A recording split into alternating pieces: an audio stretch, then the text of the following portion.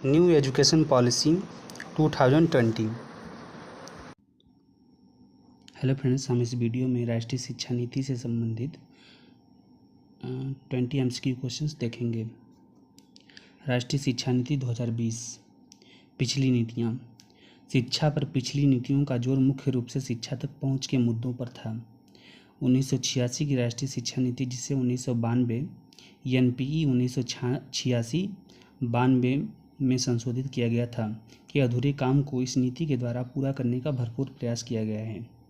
1986-92 की पिछली नीति के बाद से एक बड़ा कदम निःशुल्क और अनिवार्य शिक्षा अधिनियम 2009 रहा है, जिसने सार्वभौमिक प्रारंभिक शिक्षा सुलभ कराने हेतु कानूनी आधार उपलब्ध करवाया। क्वेश्चन नंबर 1, पिछली राष्ट्रीय शिक्षा नीति कौन सी थी? ऑप्शन है ए 1986, बी 1987, सी 1988 या डी 1989। आंसर होगा ए 1986। क्वेश्चन नंबर 2, पहली राष्ट्रीय शिक्षा नीति कौन सी थी?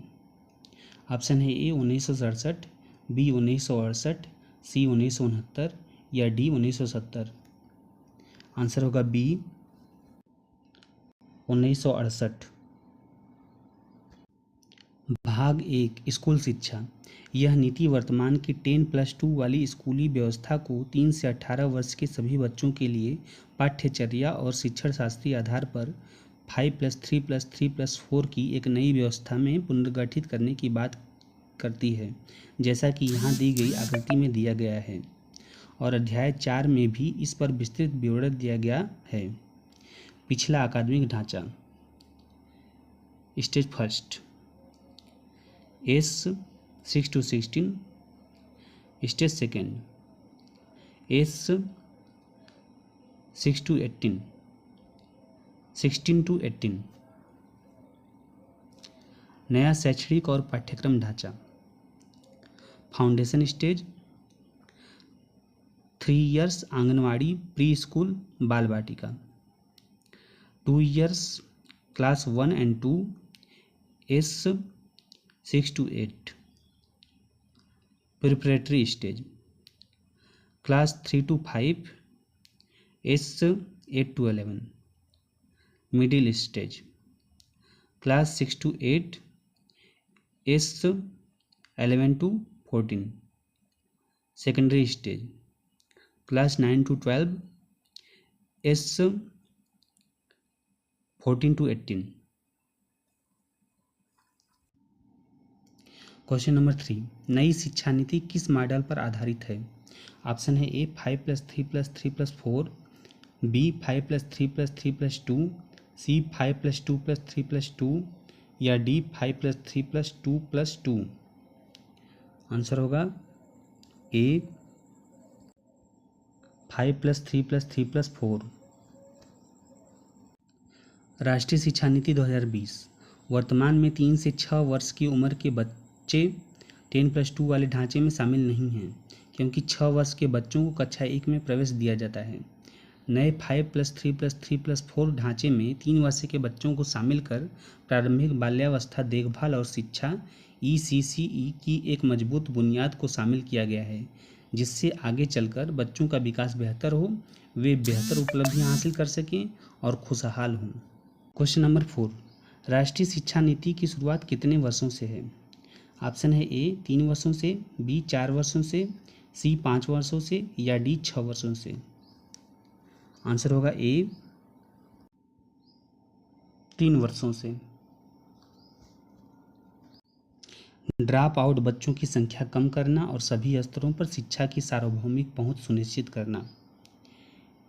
स्कूली शिक्षा प्रणाली के प्राथमिक लक्ष्यों में हमें यह सुनिश्चित करना है कि बच्चों का स्कूल में नामांकन हो और उन्हें नियमित रूप से विद्यालय भेजा जाए। सर्व शिक्षा अभियान अब समग्र शिक्षा और शिक्षा का अधिकार अधिनियम जैसी पहल के माध्यम से भारत ने हाल के वर्षों में प्राथमिक शिक्षा में लगभग सभी बच्चों का नामांकन प्राप्त करने में उल्लेखनीय प्रगति की है। हालांकि बाद के आंकड़े बच्चों के स्कूली व्यवस्था में ठहराव संबंधी कुछ गंभीर मुद्दों की ओर इशारा करते हैं। कक्षा 6 से 8वीं का GER 90.9% है, जबकि कक्षा 9, 10 और 11, 12 के लिए यह क्रमशः 79.3% और 56.5% है। यह आंकड़े यह दर्शाते हैं कि किस प्रकार से कक्षा 5 और विशेष रूप से कक्षा 8 के बाद नामांकित छात्रों का एक महत्वपूर्ण अनुपात शिक्षा प्रणाली से बाहर हो जाता है। वर्ष 2017-18 में NSSO के 75वें राउंड हाउस होल्ड सर्वे के अनुसार 6 से 17 वर्ष के बीच की उम्र के विद्यालय न जाने वाले बच्चों की संख्या 3.22 करोड़ है। इन बच्चों को यथासंभव पुनः शिक्षा प्रणाली में शीघ्र वापस लाना देश की सर्वोच्च प्राथमिकता होगी। इसके साथ ही 2030 तक प्री स्कूल से माध्यमिक स्तर में 100% सकल नामांकन अनुपात प्राप्त करने के लक्ष्य के साथ आगे बढ़ना होगा और भविष्य के छात्रों का ड्रॉप आउट दर भी कम करना होगा। पूर्व प्राथमिक से कक्षा 12 तक की शिक्षा, व्यावसायिक शिक्षा सहित देश के सभी बच्चों को सार्वभौमिक पहुंच और अवसर प्रदान करने के लिए एक ठोस राष्ट्रीय प्रयास किया जाएगा। क्वेश्चन नंबर 5, स्कूली शिक्षा प्रणाली के प्राथमिक लक्ष्यों में हमें क्या सुनिश्चित करना है? ऑप्शन है ए, स्कूलों में नामांकन हो, बी, मिड डे मील की व्यवस्था हो, सी, पढ़ाई लिखाई ठीक हो, या डी, मनोरंजन हो। आंसर होगा ए, स्कूलों में नामांकन हो। कुल मिलाकर 2 पहल की जाएगी जिससे बच्चों का विद्यालय में वापसी और आगे के बच्चों को ड्रॉप आउट होने से रोका जा सके। पहला प्रभावी और पर्याप्त बुनियादी ढांचा प्रदान करता है ताकि सभी छात्रों को इसके माध्यम से प्री प्राइमरी स्कूल से कक्षा 12 तक सभी स्तरों पर सुरक्षित और आकर्षक स्कूली शिक्षा प्राप्त हो सके। इसके अतिरिक्त प्रत्येक स्तर पर नियमित प्रशिक्षित शिक्षक उपलब्ध कराने के अलावा विशेष देखभाल की जाए ताकि यह सुनिश्चित किया जाए कि किसी स्कूल में अवस्थापना की कमी न हो। सरकारी स्कूलों की विश्वसनीयता फिर से स्थापित की जाएगी और ऐसा मौजूदा स्कूलों का उन्नयन और विस्तार करके जहां स्कूल नहीं है और वहां अतिरिक्त गुणवत्ता स्कूल बनाकर और छात्रावासों विशेषकर बालिका छात्रावासों तक सुरक्षित और व्यवहारिक पहुंच प्रदान करके किया जा सकता है ताकि सभी बच्चों को अच्छे स्कूल में जाने और समुचित स्तर तक पढ़ने का अवसर मिले। प्रवासी मजदूरों के बच्चों और विविध परिस्थितियों में स्कूल छोड़ने वाले बच्चों को मुख्य धारा शिक्षा में वापस लाने के लिए सिविल समाज के सहयोग से वैकल्पिक और नवीन शिक्षा केंद्र स्थापित किए जाएंगे। क्वेश्चन नंबर 6, प्राथमिक स्कूल के बच्चों का नामांकन सुधारने का क्या लक्ष्य है? ऑप्शन है ए, खेलकूद, बी, व्यायाम, सी, मनोरंजन, या डी, विशिष्ट बातें। ए, खेलकूद। क्वेश्चन नंबर 7, प्राथमिक स्कूल के बच्चों का नामांकन सुधारने का 2 नियम क्या है? ऑप्शन है ए, बच्चों का विद्यालय में वापसी और आगे के बच्चों को ड्रॉप आउट होने से रोका जा सके, बी, बच्चे नियमित विद्यालय आएँ, सी, बच्चों का नियमित परीक्षा लिया जाए, या डी, बच्चों को खेल कूद और व्यायाम कराया जाए। आंसर होगा ए, बच्चों का विद्यालय में वापसी और आगे के बच्चों को ड्रॉप आउट होने से रोका जा सके। बहुभाषावाद और भाषा की शक्ति। यह सर्वविदित है कि छोटे बच्चे अपने घर की भाषा मातृभाषा में सार्थक अवधारणाओं को अधिक तेजी से सीखते हैं और समझ लेते हैं। घर की भाषा आमतौर पर मातृभाषा या स्थानीय समुदायों द्वारा बोली जाने वाली भाषा है। हालांकि कई बार बहुभाषी परिवारों में परिवार के अन्य सदस्यों द्वारा बोली जाने वाली एक घरेलू भाषा हो सकती है जो कभी कभी मातृभाषा या स्थानीय भाषा से भिन्न हो सकती है। जहाँ तक संभव हो कम से कम ग्रेड 5 तक, लेकिन बेहतर यह होगा कि यह ग्रेड 8 और उससे आगे तक भी हो। शिक्षा का माध्यम घर की भाषा, मातृभाषा, स्थानीय भाषा, क्षेत्रीय भाषा होगी। इसके बाद घर स्थानीय भाषा को जहाँ भी संभव हो भाषा के रूप में पढ़ाया जाता रहेगा। सार्वजनिक और निजी दोनों तरह के स्कूल इसकी अनुपालना करेंगे। विज्ञान सहित सभी विषयों में उच्चतर गुणवत्ता वाली पाठ्यपुस्तकों को घरेलू भाषाओं मातृभाषा में उपलब्ध कराया जाएगा। यह सुनिश्चित करने के लिए सभी प्रयास जल्दी किए जाएंगे कि बच्चे द्वारा बोली जाने वाली भाषा और शिक्षण के माध्यम के बीच यदि कोई अंतराल मौजूद हो तो उसे समाप्त किया जा सके। ऐसे मामलों में जहां घर की भाषा की पाठ्यक्रम सामग्री उपलब्ध नहीं है, शिक्षकों और छात्रों के बीच संवाद की भाषा भी जहां संभव हो वहां घर की भाषा बनी रहेगी। शिक्षकों को उन छात्रों के साथ जिनके घर की भाषा मातृभाषा शिक्षा के माध्यम से भिन्न है, द्विभाषी शिक्षण अधिगम सामग्री सहित द्विभाषी अप्रोच का उपयोग करने के लिए प्रोत्साहित किया जाएगा। सभी भाषाओं को सभी छात्रों को उच्चतर गुणवत्ता के साथ पढ़ाया जाएगा। एक भाषा को अच्छी तरह से सिखाने और सीखने के लिए इसे शिक्षा का माध्यम होने की आवश्यकता नहीं है। क्वेश्चन नंबर 8, छोटे बच्चे कौन सी भाषा क्षेत्रीय भाषा में सार्थक अवधारणाओं को अधिक तेजी से सीखते हैं? आंसर होगा ऑप्शन है ए अपने घर की भाषा मातृभाषा, बी क्षेत्रीय भाषा, सी अंग्रेजी भाषा या डी हिंदी भाषा। आंसर होगा ए अपने घर की भाषा मातृभाषा। क्वेश्चन नंबर 9, घर की भाषा या क्षेत्रीय भाषा को क्या कहते हैं? ऑप्शन है ए मातृभाषा, बी स्थानीय भाषा, सी घरेलू भाषा या डी देशज भाषा। आंसर होगा बी स्थानीय भाषा। राष्ट्रीय शिक्षा नीति 2020।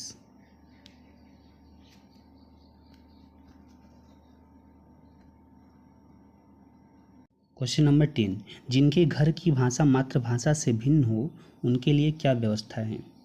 ऑप्शन है ए द्विभाषी शिक्षण अधिगम, बी एक भाषा, सी अंग्रेजी भाषा या डी हिंदी भाषा।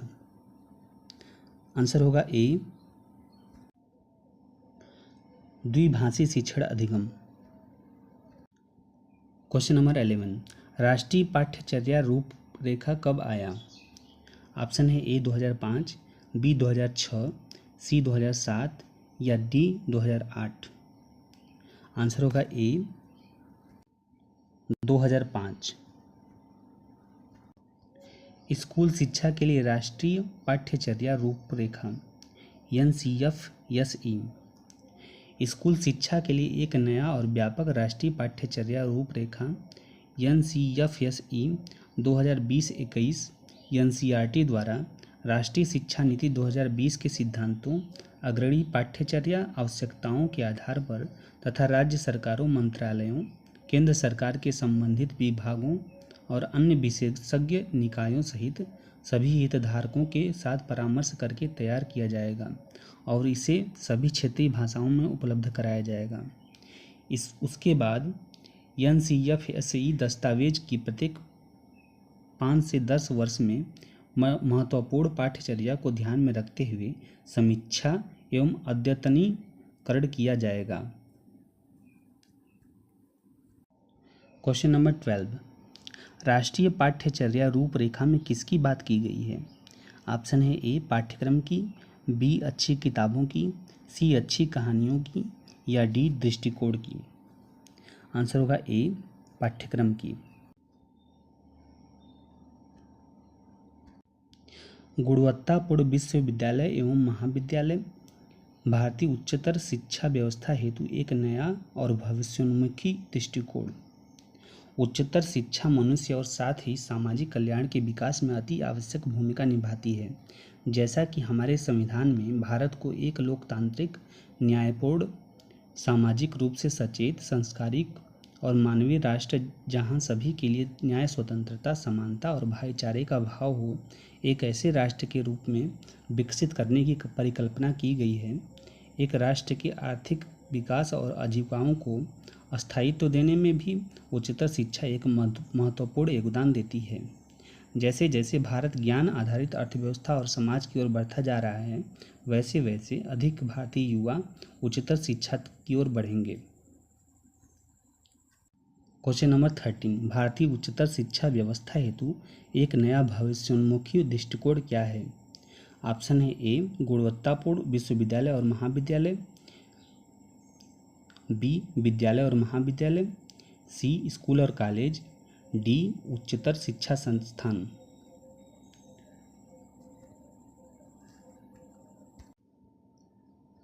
आंसर होगा ए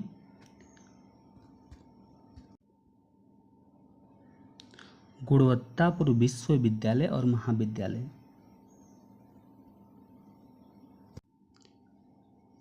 राष्ट्रीय शिक्षा नीति 2020 एकीकृत बीएड शिक्षा और इसके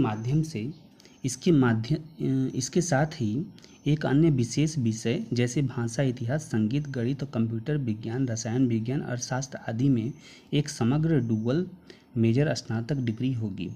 अत्याधुनिक शिक्षा शास्त्र के शिक्षण के साथ शिक्षक शिक्षा में समाजशास्त्र, इतिहास, विज्ञान, मनोविज्ञान, प्रारंभिक बाल्यावस्था शिक्षा, बुनियादी साक्षरता और संख्या ज्ञान, भारत से जुड़े ज्ञान और इसके मूल्यों, लोकाचार, कला, परंपराएं और भी बहुत कुछ शामिल होगा।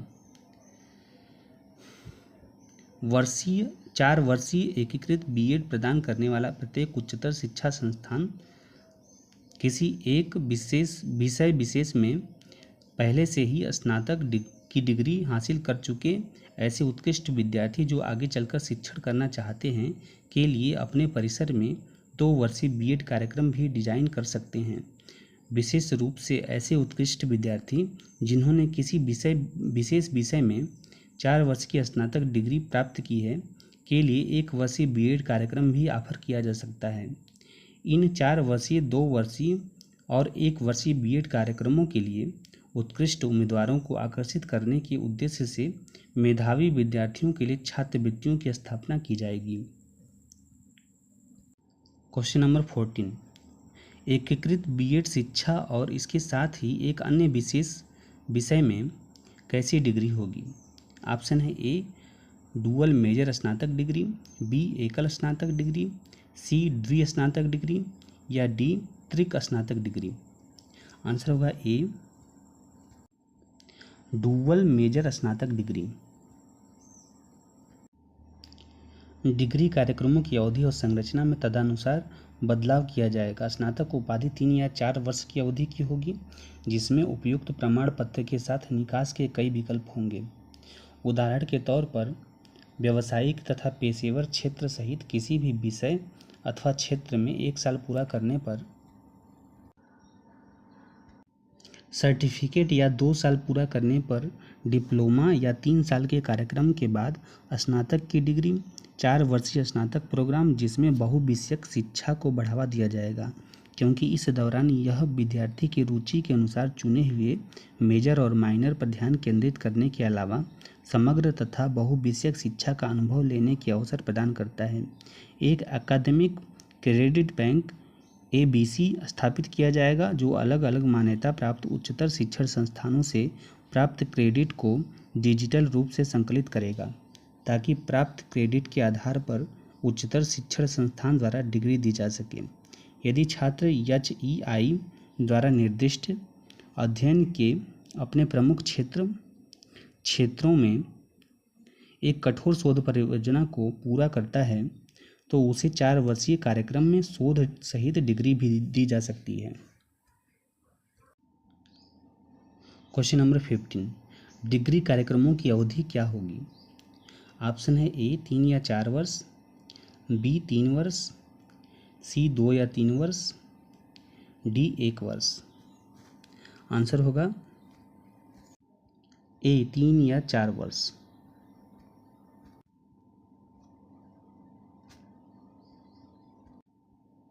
क्वेश्चन नंबर 16, स्नातक 2 साल पूरा होने के बाद कौन सी डिग्री मिलेगी? ऑप्शन है A certificate, B diploma, C degree या डी रिसर्च। आंसर होगा ए सर्टिफिकेट। क्वेश्चन नंबर 17, स्नातक के 3 साल पूरा होने पर कौन सा सर्टिफिकेट मिलेगा? ऑप्शन है A degree, B diploma, C certificate या डी रिसर्च। आंसर होगा ए डिग्री। क्वेश्चन नंबर 18, स्नातक के 4 साल पूरा होने पर कौन सी डिग्री मिलेगी? ऑप्शन है ए शोध, बी डिग्री, सी डिप्लोमा या डी सर्टिफिकेट। आंसर होगा ए शोध। उच्चतर शिक्षण संस्थानों HEI को विभिन्न प्रारूपों में स्नातकोत्तर कार्यक्रम मुहैया कराने की छूट होगी। ऐसे विद्यार्थियों के लिए जिन्होंने 3 साल का स्नातक कार्यक्रम पूरा किया हो, उन्हें 2 वर्षीय कार्यक्रम प्रदान किए जा सकते हैं, जिसमें द्वितीय वर्ष पूरी तरह से शोध पर केंद्रित हो। वे विद्यार्थी जिन्होंने 4 वर्ष का स्नातक कार्यक्रम शोध के साथ पूरा किया है, उनके लिए 1 वर्ष का स्नातकोत्तर कार्यक्रम हो सकता है। 5 वर्षों का एक एकीकृत स्नातकोत्तर कार्यक्रम हो सकता है। PhD के लिए या तो स्नातकोत्तर डिग्री या 4 वर्षों के शोध के साथ प्राप्त स्नातक डिग्री अनिवार्य होगी। MPhil कार्यक्रम को बंद कर दिया जाएगा। क्वेश्चन नंबर 19, वे विद्यार्थी जिन्होंने 4 साल का स्नातक कार्यक्रम शोध के साथ पूरा किया है, उनके लिए कितने वर्ष का स्नातकोत्तर कार्यक्रम होगा? ऑप्शन है ए 1 वर्ष का, बी 2 वर्ष का, सी 3 वर्ष का या डी 5 वर्ष का। आंसर होगा ए 1 वर्ष का। वर्ष 2030 तक बहुविषयक उच्चतर शिक्षण संस्थानों द्वारा प्रदान किया जाने वाला 4 वर्षीय एकीकृत B.Ed कार्यक्रम स्कूली शिक्षकों के लिए न्यूनतम डिग्री योग्यता बन जाएगा। यह 4 वर्षीय एकीकृत B.Ed शिक्षा और इसके साथ ही एक अन्य विशेष विषय जैसे भाषा, इतिहास, संगीत, गणित, कंप्यूटर विज्ञान, रसायन विज्ञान, अर्थशास्त्र आदि में एक समग्र डुअल मेजर स्नातक डिग्री होगी।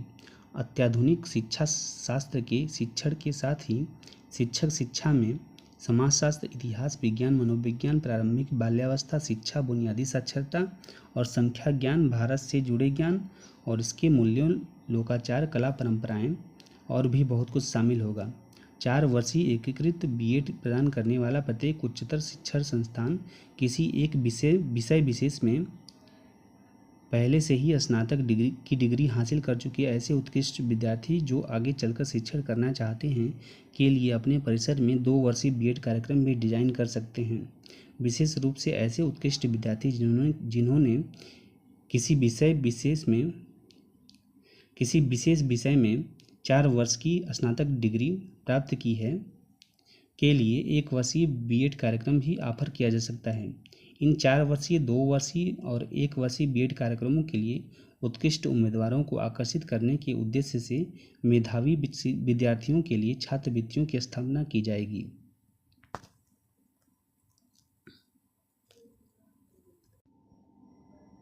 क्वेश्चन नंबर 20, B.Ed डिग्री कितने साल की होगी? ऑप्शन है ए 4 साल की, बी 3 साल की, सी 2 साल की या डी 1 साल की। आंसर होगा ए 4 साल की। Please like and subscribe my YouTube channel learn MCQ।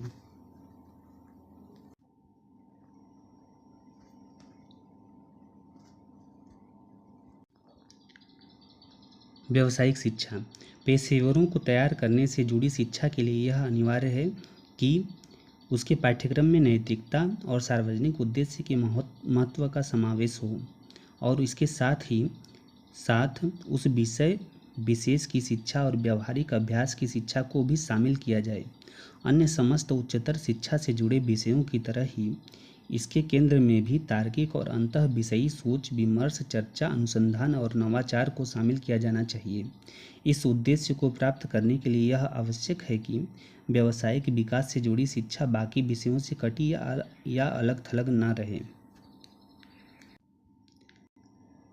प्रौद्योगिकी का उपयोग और एकीकरण भारत सूचना एवं संचार प्रौद्योगिकी तथा अंतरिक्ष जैसे अन्य अत्याधुनिक क्षेत्रों में वैश्विक स्तर पर नेतृत्व कर रहा है। डिजिटल इंडिया अभियान पूरे देश को एक डिजिटल रूप से सशक्त समाज एवं ज्ञान आधारित अर्थव्यवस्था में परिवर्तित करने में मदद कर रहा है। इस रूपांतरण में गुणवत्तापूर्ण शिक्षा के साथ प्रौद्योगिकी भी शैक्षिक प्रक्रिया एवं परिणामों के सुधार में महत्वपूर्ण भूमिका निभाएगी। इस प्रकार सभी स्तरों पर प्रौद्योगिकी और शिक्षा के बीच द्विदिश संबंध है। तकनीक को समझने एवं इस्तेमाल करने वाले शिक्षक व उद्यमियों, जिनमें छात्र उद्यमी भी शामिल हैं, की वास्तविक रचनात्मकता के साथ साथ प्रौद्योगिकी विकास की तीव्र दर को देखते हुए यह निश्चित है कि प्रौद्योगिकी शिक्षा को कई मायनों में प्रभावित करेगी, जिनमें से वर्तमान में सिर्फ कुछ के बारे में अंदाजा लगाया जा सकता है। नए प्रौद्योगिकी क्षेत्र जैसे कि artificial intelligence, machine learning, blockchain, smart board, हस्त संचालित कंप्यूटिंग उपकरण, छात्रों के विकास के लिए एडेप्टिव कंप्यूटर टेस्टिंग और अन्य प्रकार के सॉफ्टवेयर द्वारा न केवल यह परिवर्तन होगा कि छात्र क्या सीखता है, वरन यह भी परिवर्तन होगा कि वो कैसे सीखता है। इस प्रकार इन क्षेत्रों में भविष्य में भी प्रौद्योगिकी एवं शैक्षिक दोनों दृष्टि से व्यापक शोध की आवश्यकता होगी। दुर्भाग्य से भारतीय भाषाओं को समुचित ध्यान और देखभाल नहीं मिल पाई, जिसके तहत देश ने विगत 50 वर्षों में ही 220 भाषाओं को खो दिया है। यूनेस्को ने 197 भारतीय भाषाओं को लुप्तप्राय घोषित किया है। विभिन्न भाषाएं विलुप्त होने के कगार पर हैं, विशेषतः वे भाषाएं जिनकी लिपि नहीं है। जब किसी समुदाय या जनजाति के उस भाषा को बोलने वाले वरिष्ठ सदस्य की मृत्यु होती है, तो अक्सर वह भाषा भी उनके साथ समाप्त हो जाती है और प्रायः इन समृद्ध भाषाओं संस्कृति की अभिव्यक्तियों को संरक्षित या उन्हें रिकॉर्ड करने के लिए कोई ठोस कार्रवाई या उपाय नहीं किए जाते हैं। इसके अलावा वे भारतीय भाषाएं भी जो आधिकारिक रूप से लुप्तप्राय की सूची में नहीं हैं, जैसे 8वीं अनुसूची की 22 भाषाएं, वे भी कई प्रकार की कठिनाइयों का सामना कर रही हैं। भारतीय भाषाओं के शिक्षण और अधिगम को स्कूल और उच्चतर शिक्षा के प्रत्येक स्तर के साथ एकीकृत करने की आवश्यकता है। भाषाएं प्रासंगिक और जीवंत बनी रहें, इसके लिए इन भाषाओं में उच्चतर गुणवत्तापूर्ण अधिगम एवं प्रिंट सामग्री का सतत प्रवाह बने रहना चाहिए, जिसमें पाठ्य पुस्तकें, अभ्यास पुस्तकें, वीडियो नाटक, कविताएं, उपन्यास, पत्रिकाएं आदि शामिल हैं। भाषाओं के शब्दकोशों और शब्द भंडार को आधिकारिक रूप से लगातार अपडेट, अद्यतन होते रहना चाहिए और उसका व्यापक प्रसार भी करना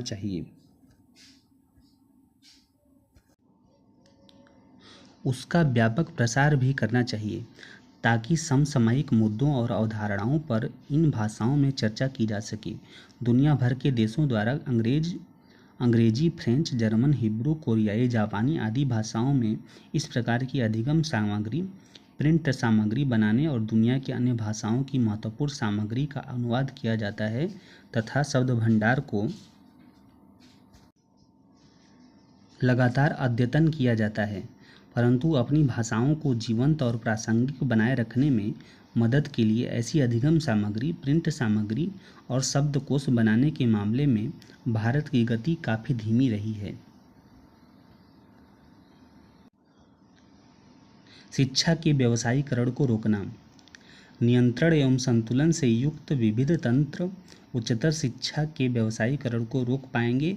यह नियामक अभिकरण की प्रमुख प्राथमिकता होगी। सभी शिक्षण संस्थान लाभ के लिए नहीं, संस्था पर लागू लेखा परीक्षा और प्रकटीकरण के मानक व्यवस्था का पालन करेंगे। यदि कोई अधिशेष होगा तो उसे शिक्षा क्षेत्र में पुनर्निवेश किया जाएगा। इन सभी वित्तीय मामलों का पारदर्शी सार्वजनिक प्रकटीकरण होगा, जिसमें आम जनता के लिए शिकायत निवारण तंत्र की सहायता ली जाएगी। NAC द्वारा विकसित प्रत्यायन प्रणाली इस प्रणाली पर एक पूरक जांच प्रदान करती है और NHERC इसे अपने नियामक उद्देश्य के प्रमुख आयाम के रूप में देखेगा।